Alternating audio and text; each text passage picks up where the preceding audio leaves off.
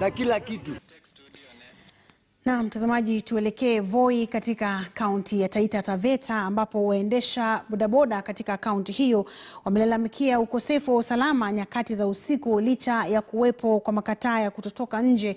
Bodaboda hao wanadai vifaa vya kufuatilia usalama wao havifanyi kazi na hivyo kuchangia visa vya wizi kuongezeka katika eneo hilo, kama anavyoarifu mwanahabari wetu Hezron Kimari. Naam, katika kipindi hiki cha janga la corona na hasa wakati wa usiku ambapo kunayo makataa ya watu wasitoke nje, kumekuwa na visa kadhaa vya ukosefu wa usalama katika eneo hili la Taita Taveta, hasa katika idara hii ya usafiri wa bodaboda. Kumekuwa na bodaboda kadhaa ambazo zinasemekana ama pikipiki kadhaa zinasemekana zimeibiwa hasa masaa ya usiku. Na hivi sasa nitakuwa nazungumza na baadhi tu ya viongozi wa waendeshaji wa pikipiki katika eneo hili la Voi. Pengine watuelezee maoni yao ni gani. Karibu sana. Ndugu zetu wengi wanahangaika, wanachukua pikipiki za mkopo, lakini ya kushangaza wizi umezidi. Na ile ambayo ya kushangaza ni kuwa wizi unapozidi, pikipiki zikipotea zionekani mahali zinaenda. Na unaponunua pikipiki, unanunua pikipiki ukiambiwa kuna truck na truck zao zionekani pikipiki kipotea. Lakini unapokataa kulipa pikipiki, truck zao zina track pikipiki inaonekana. So shida ni kuwa, je, wale watu wa truck, kampuni za kupeana vijana pikipiki za mkopo wanahusiana na wizi wa pikipiki ama shida? Kwa hapo ndio tunajiuliza. Ukichukua pikipiki usipolipa truck, inaonyesha kuwa mahali uko pikipiki inachukuliwa. Pikipiki ikiibiwa na iko na truck, hakuna siku ya pikipiki inaonekana. So challenge ni kuwa tuweze elewa watu wa truck ndio wenyewe wanafuata pikipiki zetu, pikipiki zinapotea, mashida iko wapi? Tumekuwa na hiyo challenge. Kama kuna curfew na bodaboda zinafanya usiku, mbona maskari wasichukue hatua ya hiyo ili zote ziwe kwa nyumba?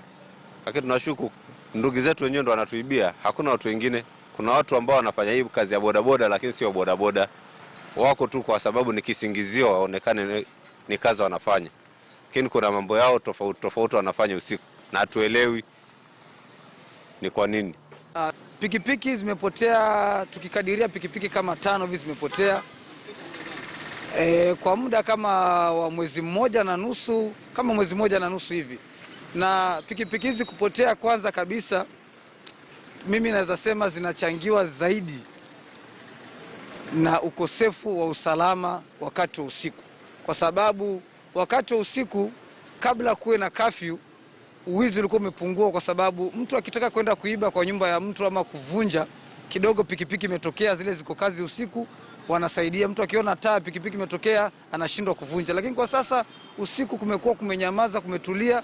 Maaskari wanatoka ile saa 4 peke yake wakati curfew inaanza, wanapiga raundi 2-3, ikifika saa 4:30 wote wamerudi, kumekuwa kimya. Kwa hivyo kunakuwa na ile, wanapatia ile allowance ya wale wahalifu kuingia na kuvunja na kuiba mapikipiki. Vile vile pia ndugu zetu wa pikipiki kidogo wengine wako na makosa, wanalaza pikipiki zao kwa njia ambayo si salama. Mtu analaza pikipiki yake kwa kordo ya ploti, watu ni wengi, hamuaminiani kwa ile ploti, nyumba hazijafungwa na kifuli na wanalaza pikipiki yao. Lengine pia ningeomba wale ambao wanahusika na kupeana pikipiki za mkopo, tafadhali wakati mnapeana pikipiki za mkopo hakikisha zile track zinasoma, kwa sababu cases nyingi ambazo pikipiki zimepotea zile track hazisomi. Makosa makubwa kwanza kwa pikipiki ambayo imepotea hivi karibuni ni kwamba pikipiki hiyo ilipopotea, ile track mwenyewe alipopigia ile emergency, akaambiwa kuwa pikipiki yake haiko kwa rada. Kumbe ile pikipiki ilipatiwa number plate ambayo haifanani na chassis number ya pikipiki.